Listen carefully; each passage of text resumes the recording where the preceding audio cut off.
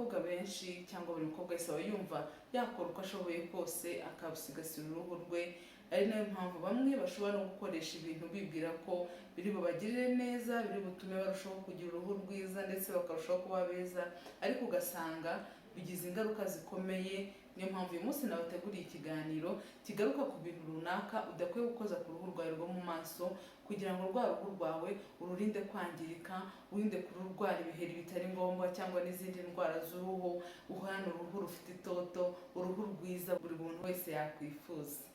Ngiye kubaha ikaze bamikazi mukurikiye Kibere nka TV aho muherereye hose, mugubwe neza kandi nabashishikariza kuguma nanjye kugeza ku musozo w'iki kiganiro, kuko ibyo nabateguriye ntabwo bisanzwe, biri butume urushaho kwita ku ruhu rwawe, uhorane uruhu rwiza kandi rugutera ishema, wumve unyuzwe narwo. Nitwa Diane, ndi umunyamwuga mu bijyanye n'itangazamakuru ndetse n'itumanaho, nkaba mbifitemo uburambe bw'imyaka irenga 8 ndetse n'impamyabumenyi ya kaminuza y'icyiciro cya mbere A0. Nashinze Kibere nka TV kugira ngo umunyarwandakazi aho ari ho hose agire amakuru ahagije ku bijyanye n'imibanire, ubukungu ndetse no kwiyitaho. Bamikazi, niba mutarakanda kuri subscribe, reka mushishikarize kubikora aka kanya kugira ngo mutazacikwa n'ikiganiro na kimwe mu byo turi kubategurira. Mu kanya gato rero turagaruka twinjira mu nsanganyamatsiko y'uyu munsi mu buryo bwimbitse. Ntimucikwe.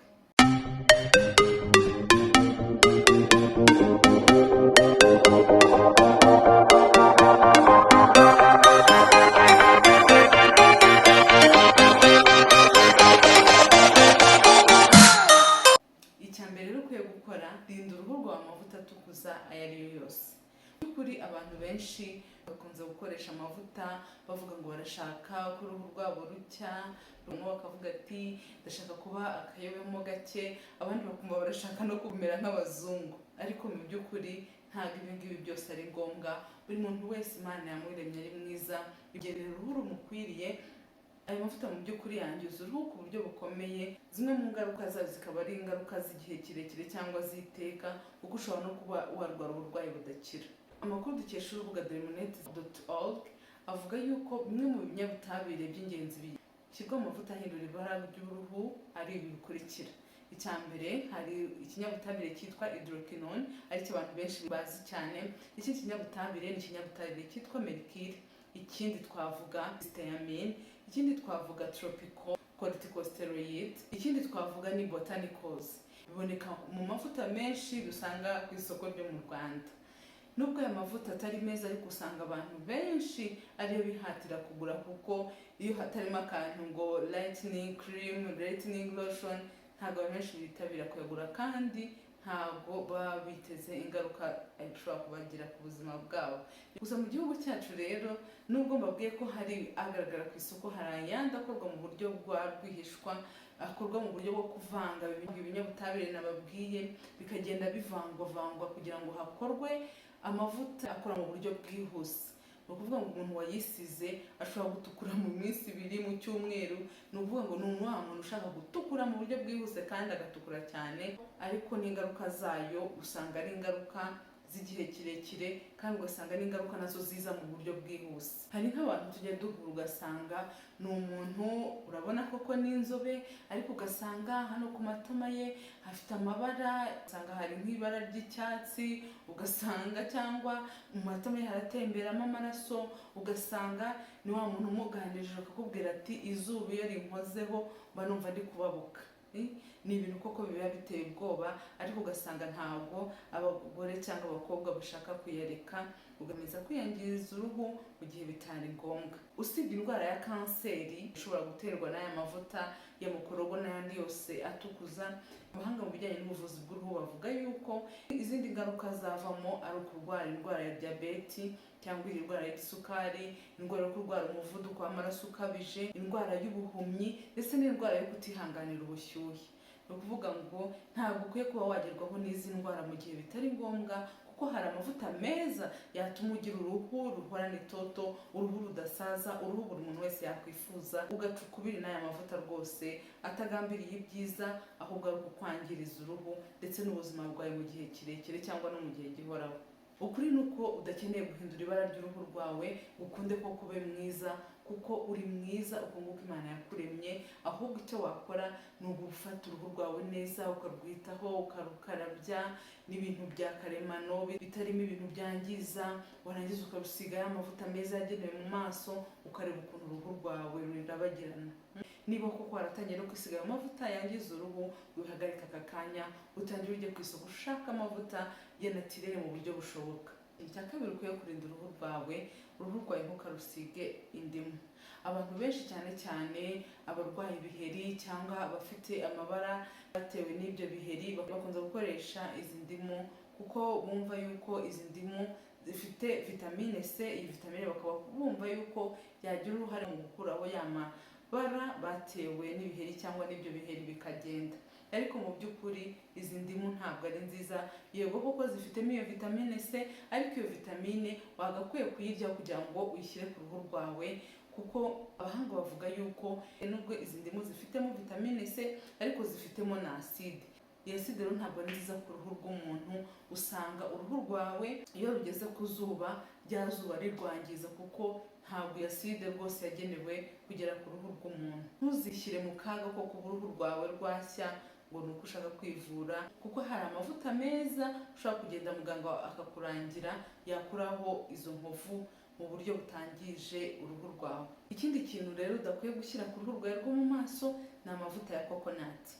Aya mavuta ya kokonati ni amavuta meza, abantu rwose bakunze kuyisiga, bakayasiga ku mubiri wabo, ugasanga umuntu afite uruhu rukanyaraye, mbese ushobora kuba ufite nk'intoki zikomeye cyane, ibirenge bikomeye cyane, ndetse n'urundi ruhu ubona bidahehereye neza, ukisiga amavuta ukabona uruhu rwawe koko rutangiye kunyerera, ubaye neza. Ikindi kandi aya mavuta bayakoresha no mu musatsi, ubwo ari amavuta meza. Ariko ku kijyanye no mu maso ho nagushishikariza kutayisiga, cyane cyane wowe ufite uruhu rw'amavuta. Urubuga cosmopolitanian.com ruvuga yuko ibi binure bigize aya mavuta ya kokonati ushobora gutuma utwenge tugize uruhu rwawe rwo mu maso tuziba, ugahita ushesha ibiheri bitari ngombwa, uruhu rwawe rukaba rurangiritse, ugiye nanone gufata urundi rugendo rwo kwivura ibiheri.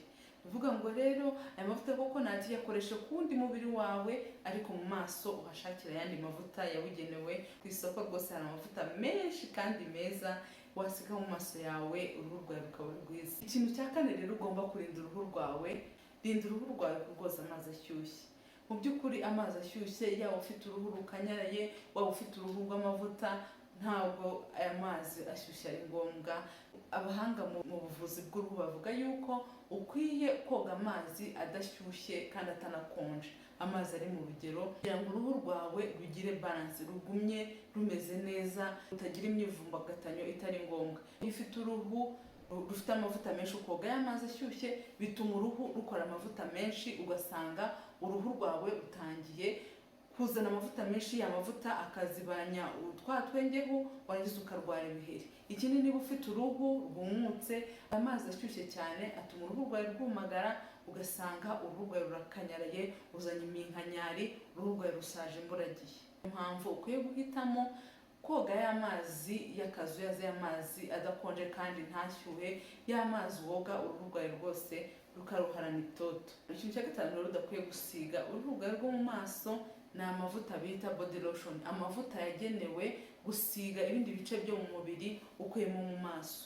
Ni ukuvuga ngo rero aya mavuta aba yakorewe ibi bice bindi, kubera ko ibi bice ntabwo byorohera cyane nko mu maso, aba yakozwe hakoreshejwe ibinure byinshi kugira ngo rwa ruhu rw'ahandi rudahereye cyane nk'urwo mu maso narwo rugende rworoha. Iyo uyasize mu maso bishobora kugutera ibiheri bitari ngombwa, kuko aya mavuta azaza yipakire mu maso, agende aziba twatwengeho uruhu rwawe rugomba guhumekeramo.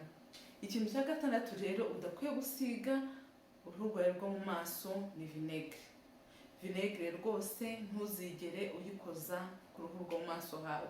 Vinegere ikunze gukoreshwa cyane niyo mu bwoko bwa apple cider. Iyi vinegere rero abantu bavuga yuko ituma uruhu rwawe rworohera cyane, rwa ruhu ubona wanyerera ukagwa. Ariko iyi vinegere nubwo koko ishobora gukora muri ubwo buryo bwa tona, uko kunyereza uruhu rwawe rwose birakoreka, ariko ntabwo ari nziza. Wakoresha andi mavuta, amavuta yakorewe muri laboratwari Amakuru dukesha Today w'umukomo avuga yuko ntabwo vinegere ari nziza, kuko ya vinegere yawe nuyikoresha ikamara igihe y'amazi agenda yiyevapora hagasigara aside, noneho ikaba ifite imbaraga nyinshi cyane wayikoza ku ruhu rwawe utabizi, bimaze igihe uzi ngo irimo gukorera ibintu byiza, ugasanga uruhu rwawe irarwangije, irarutwitse. Rero nakugira inama yuko wakoresha iyo tonic acid wabona muri tona ni amavuta nyine yakorewe muri laboratoire afitemo iyo tonic acid ituma uruhu rwawe koko runyerera nk'uko ubyifuza. Ikintu cya gatandatu rero udakwiye gukoza ku ruhu rwawe, nyamuneka ndakwinginze ntuzigere ukoresha inkari ku ruhu rwawe. Urumva rwose bitangaje, ariko inkari abantu benshi bakunze kuvuga yuko inkari rwose zigira uruhare mu gutuma uruhu rwawe rucya, niba rurwaye ibiheri ngo bigahita bicya kubera ubutabire bugize inkari bwitwa uric acid. Ubu butabire rero ngo bugira uruhare narwo gukora nka tona, bugatuma uruhu rwawe ruhehera. Abavuzi b'uruhu bagira inama yuko wakoresha amavuta yakorewe muri laboratoire afitemo cya kinyabutabire cya uric, warangiza ukagira uruhu ruherereye kandi ukoresheje ibintu uzi ko byizewe. Inkari rwose zagenewe kujya muri toilette, gufata rero izo nkari ukazishyira mu maso hawe rwose ni ibintu bidakwiriye, ni ibintu rwose biteye ishozi. Koresha ubundi buryo bw'ibintu byakozwe neza muri laboratoire ubone ya uric acid na urea, utariwe ushyira umwanda wawe w'inkari mu maso hawe. Mu gusoza rero reka tubibutse ingingo twaganiriyeho uyu munsi kugira ngo utazibagirwa. Ndabazirikana, mba nifuza ko ibintu twaganiriye muhora mubyibuka. Rero ikintu cya mbere nababwiye no ugomba kurinda uruhu rwawe, rinda uruhu rwawe uko ushoboye amavuta atukuza. Ikintu cya kabiri rero, ntuzigere ukoresha umutobe w'indimu ku ruhu rwawe. Ikintu cya gatatu, rinda uruhu rwawe uruhu rwawe rwo mu maso coconut oil. Kandi ugomba kurinda uruhu rwawe body lotion, ugakoresha amavuta yo mu maso yabugenewe kuko araboneka ku isoko. Ikintu cya gatanu rero ugomba kwirinda gukoresha vinegere ku ruhu rwawe. Ikintu cya gatandatu ugomba kwirinda gukoresha inkari ku ruhu rwawe.